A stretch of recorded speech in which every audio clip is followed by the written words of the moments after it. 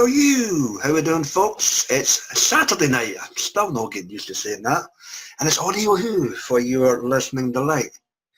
We are here to discuss the third outing in season 1 of the Churchill Years, starring Ian McNeice. It's an 11th Doctor story, even though he's only in it for like 2 minutes.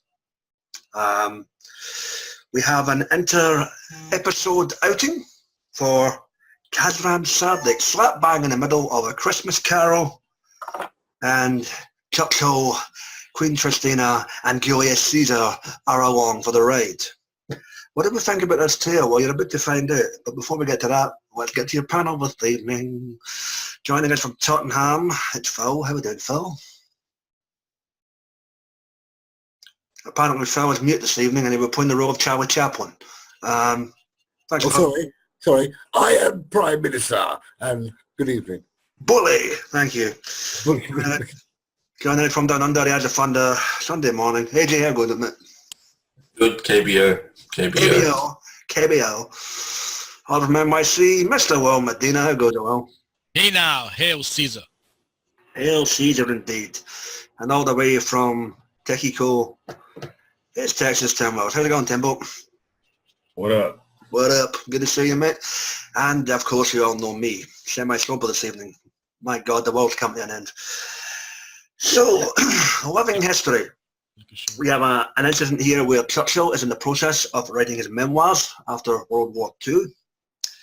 The 11th Doctor shows up, offers him the opportunity to go and have a interhistorical chit-chat with one of the greatest generals that ever lived in the guise of Julius Caesar, pops him in the TARDIS to try and help establish and get some more info from his memoirs, only to discover he's not alone, and Kazran Sardik is along for the ride in between many of his Christmas Eve dates with Abigail, as I call the Ice Queen.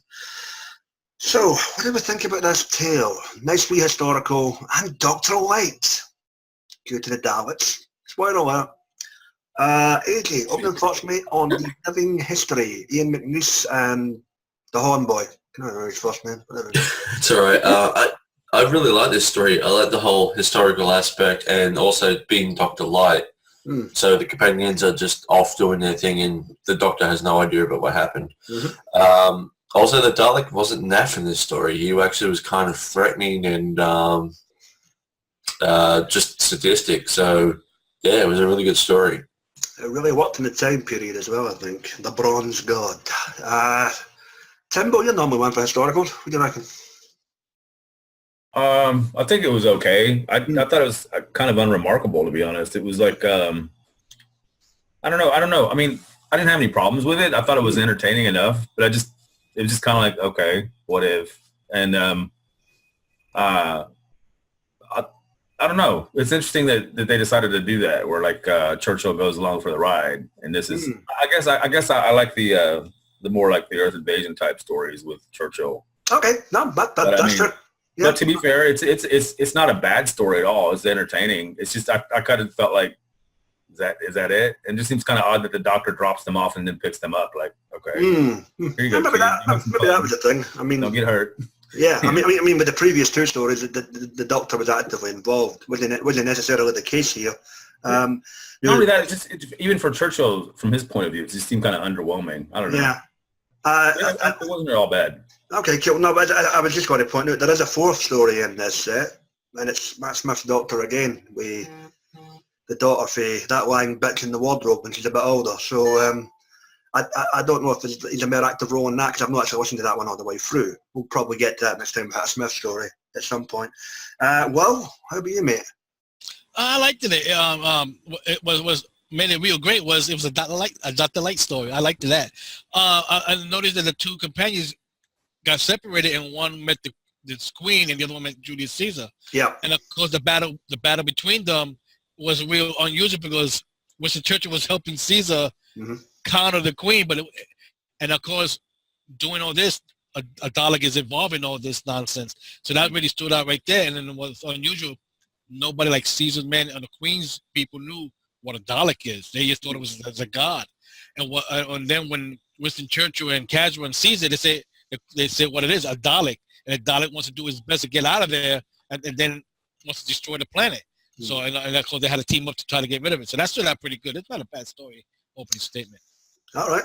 That's cool. I'm with Tim. I mean, I enjoyed it. I was never bored.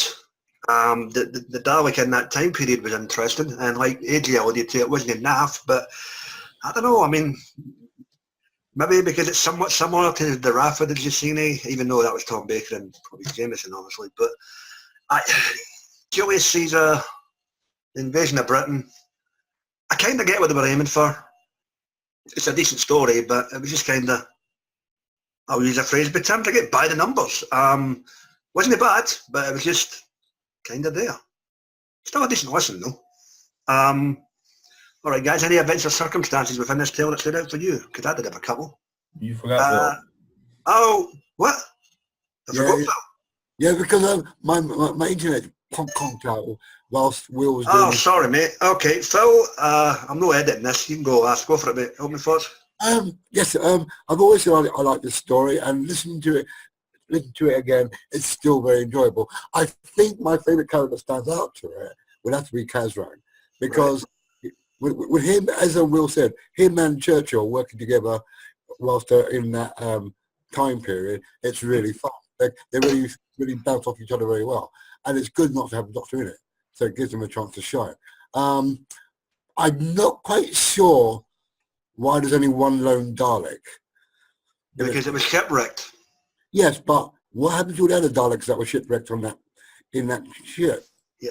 Do you know what I'm From saying? one baldy man to another, I think you're spotting hairs here, Phil. They've only got 50 minutes to play with. And it's true, but it's like, fair enough. But yes, I can see how they utilise the Dalek very well. It's been like a little bit, and you just said the Wrath of the Iceni. It did come across like that to me as well. Hmm. When you got the Queen, what's her face? Tristana, yeah. Doing her thing. Yeah, okay. But I liked it, and the resolution of the Dalek, of the story, how the finish of the Dalek was quite well done.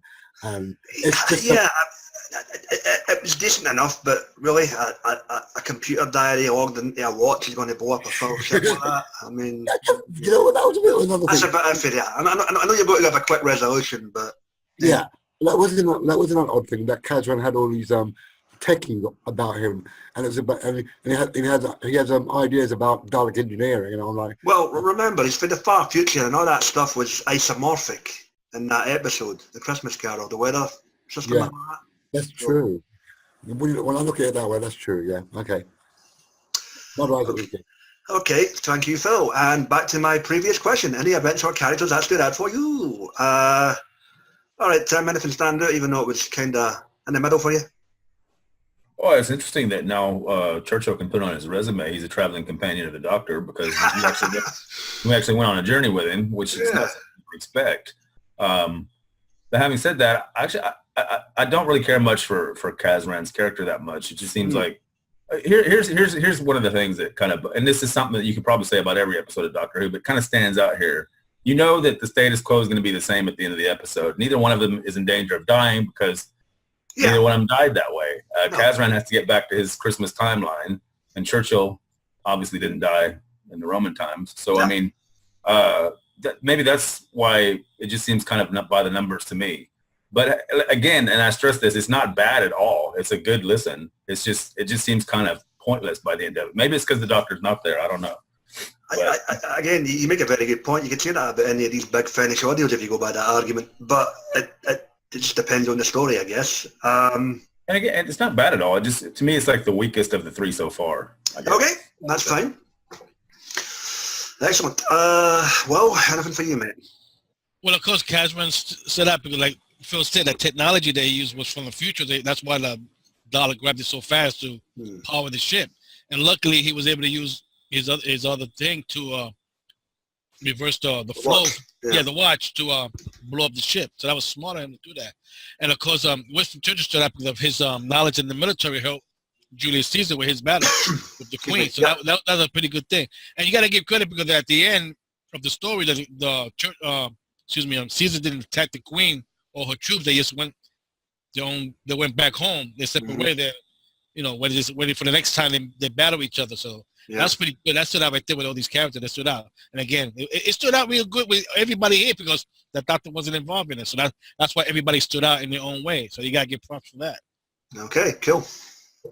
AJ? The first thing for me is when Julius Caesar meets Winston Churchill and he says to him, "I don't want you to roam around my camp." I'm amazed that Churchill didn't start laughing and go, "Ha ha, that was a good one." And Julius goes, "What?" And the second thing is basically the Dalek playing war games with humans because he's bored and he wants, just something to entertain himself while the power is building up, which I thought was really well done. No, all right, mate. I concur with that. I enjoyed that aspect to it where they were basically playing battleships, while under the guise of helping the Britons against the Romans. Phil? Excuse me, I'm coughing away. Do you know what I thought would happen? When Churchill first steps into the TARDIS, it makes me understand now why Churchill always wanted to get his hands on the TARDIS. Because that's the first time is that the first time the Doctor allowed him to go into it, as opposed to Victory of the Daleks. He's always like, "I want to get my hands on your TARDIS," and the Doctor's like, "Oh no, you're not getting nowhere near it." So that makes sense to put. But to be fair, there was a double meaning behind that. He was helping him with his memoirs, and he was helping Kazran meet one of these inspirational leaders for the past. Yeah, you gotta remember, Phil, that this story, Churchill already met the Dalek with a victory at the Dalek. I was just going to say that and correct myself because he's already done that. That's why he said Dalek. He knew what it was.